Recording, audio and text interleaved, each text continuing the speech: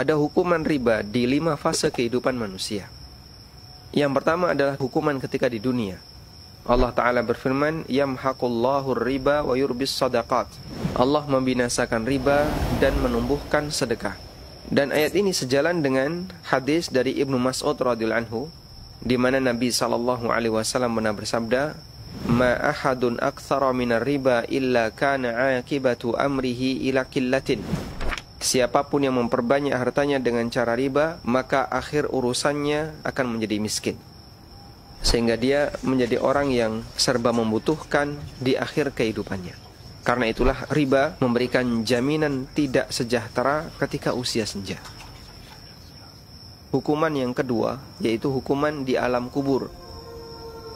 Pemakan riba mendapatkan ancaman hukuman di alam kubur dalam bentuk berenang di sungai darah. Nabi SAW pernah menceritakan mimpinya.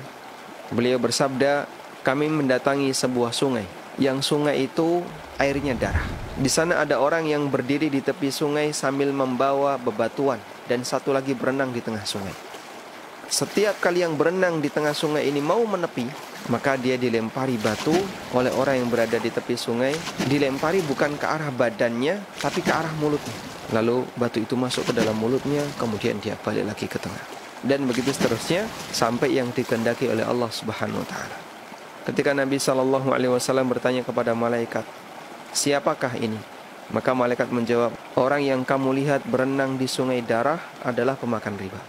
Selanjutnya adalah hukuman di fase kebangkitan. Pada saat manusia dibangkitkan dari alam kubur, Allah berfirman, alladzina ya'kuluna riba la yaqumuna illa kama yaqumul ladzi yatakhabbathu asyaitanu minal mas.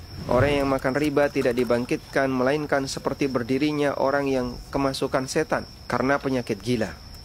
Ibnu Abbas mengatakan, pemakan riba akan dibangkitkan pada hari kiamat seperti orang gila yang tercekik.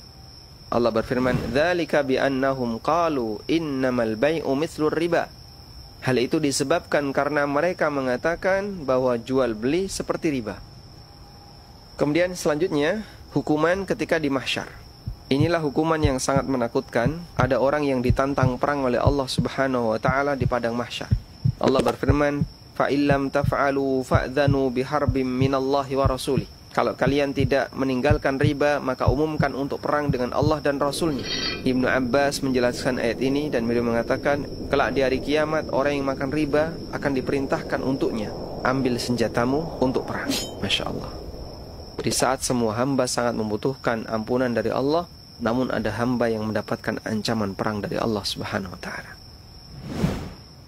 Selanjutnya, yang kelima, hukuman setelah hisab. Hukuman setelah hisab bagi pemakan riba adalah ancaman neraka. Mereka terancam neraka karena mereka pelaku dosa besar. Allah Ta'ala berfirman, وَمَنْ عَادَ فَأُولَٰئِكَ أَصْحَابُ النَّارِ هُمْ فِيهَا خَالِدُونَ. Tapi siapa yang kembali melakukan transaksi riba, itulah penduduk neraka dan mereka akan mendapatkan hukuman kekal di sana. Semoga Allah Subhanahu wa taala melindungi kita dari semua bahaya riba.